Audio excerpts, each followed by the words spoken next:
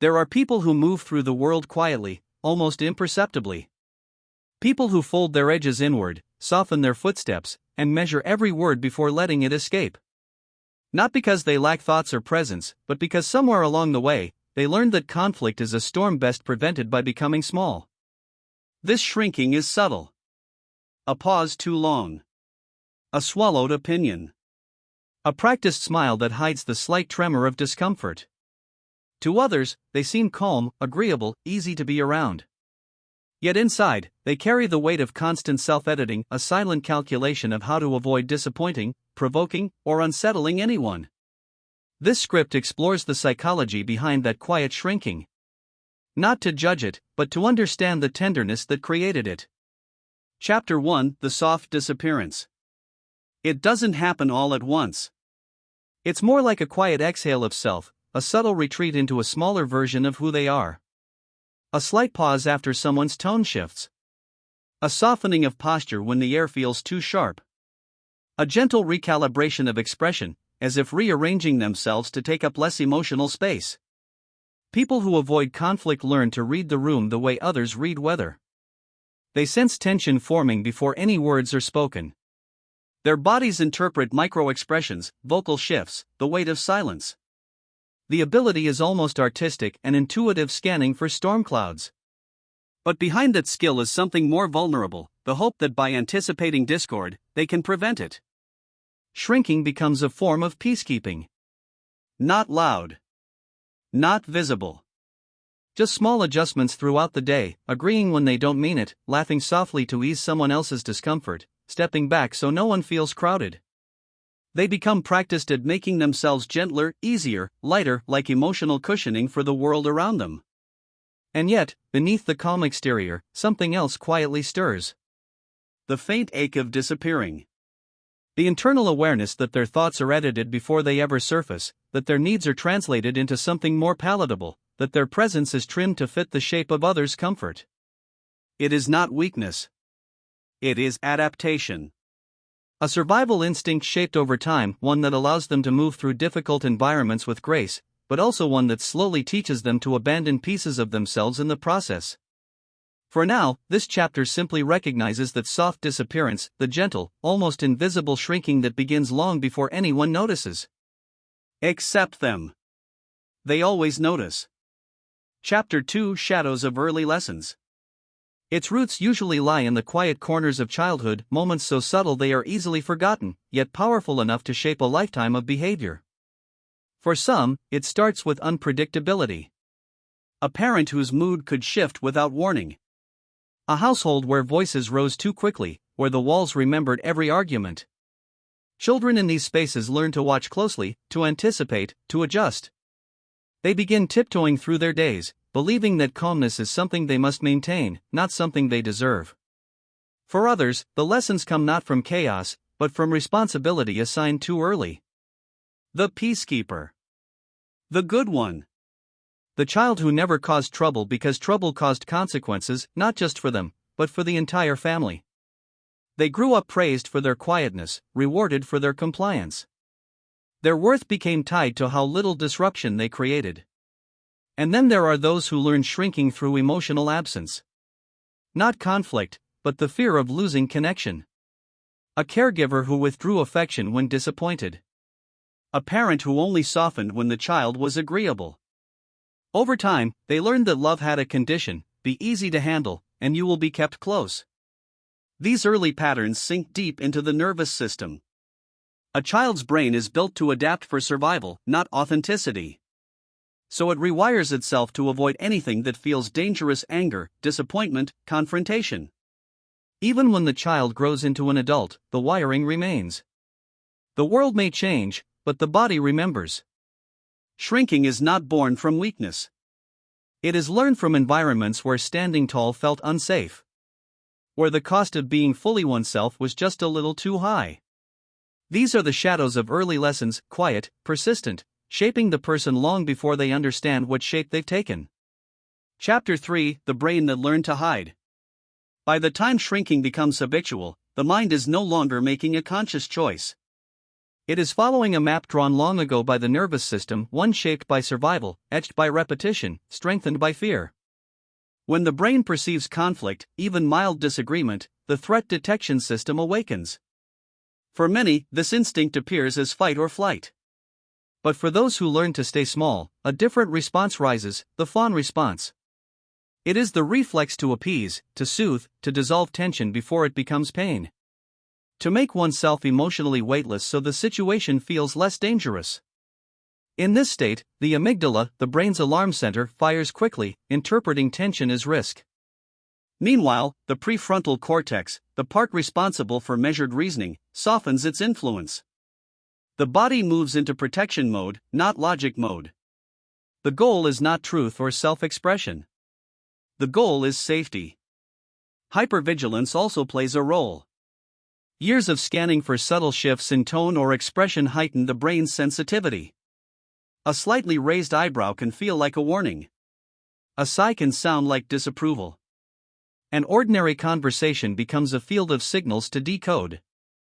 In attachment psychology, this is often linked to anxious or disorganized patterns, styles formed when comfort and threat were interwoven in childhood. When love came with unpredictability, the young mind learned to earn safety by being pleasing, quiet, and unproblematic. Over time, the brain internalizes this. To be accepted, you must be agreeable. To be safe, you must be small. So shrinking becomes automatic. Not a weakness, but a deeply conditioned response, an echo of old environments that once demanded compliance for survival. Understanding this does something important. It reframes shrinking not as a flaw, but as a sophisticated adaptation. A learned intelligence of staying safe in a world that once felt too sharp, too loud, too unpredictable. This chapter reveals the architecture behind the instinct, the way the brain protects by making itself invisible. Chapter 4: The War Inside the Quiet One. Inside every person who shrinks themselves, there is a quiet tug-of-war. One part wants to be understood. Another part begs to stay hidden. One part longs to speak the truth. Another whispers that honesty is dangerous. This internal conflict never erupts loudly, it hums beneath the surface like a low, persistent vibration. There are moments when the desire to be seen becomes almost physical, a tightness in the throat, a breath held too long, a sentence forming but never spoken. They know what they feel. They know what they want to say. But the fear of disrupting harmony presses down softly, like a hand on the shoulder urging them back into silence. This creates a split inside them. The self that wants connection. And the self that fears consequence. Even small disagreements feel disproportionate. A simple "I prefer something else" can trigger waves of guilt. A harmless request can feel like overstepping. And when conflict finally arrives, no matter how gentle, it awakens the old instinct to retreat, to apologize excessively, to smooth over the discomfort even when they did nothing wrong. Yet beneath the compliance, there is often a quiet resentment. Not toward others, but toward the part of themselves that keeps dissolving. They sense the slow erosion of authenticity. They feel the weight of unspoken truths collecting inside them. They know they are performing a version of themselves that the world finds easy, but not entirely real. And this realization hurts. It creates an ache that is both emotional and existential, a longing to inhabit their full self, paired with the fear that doing so will cost too much. This chapter captures the tension of living in two directions at once, wanting to be visible, yet clinging to invisibility because it feels safer. It is the inner war that cannot be seen from the outside, but shapes everything from within. Chapter 5: The First Small Rebellion. The turning point never arrives dramatically.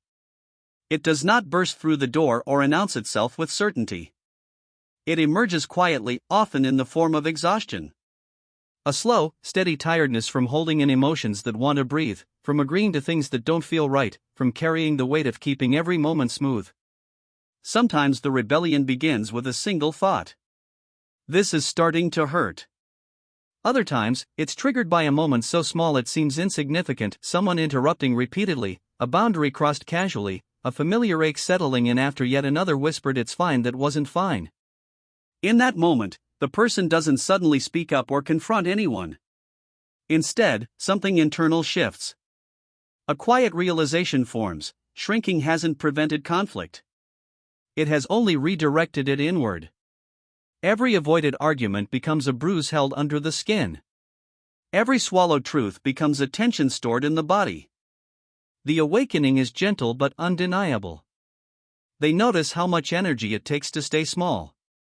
How lonely it feels to never fully show themselves.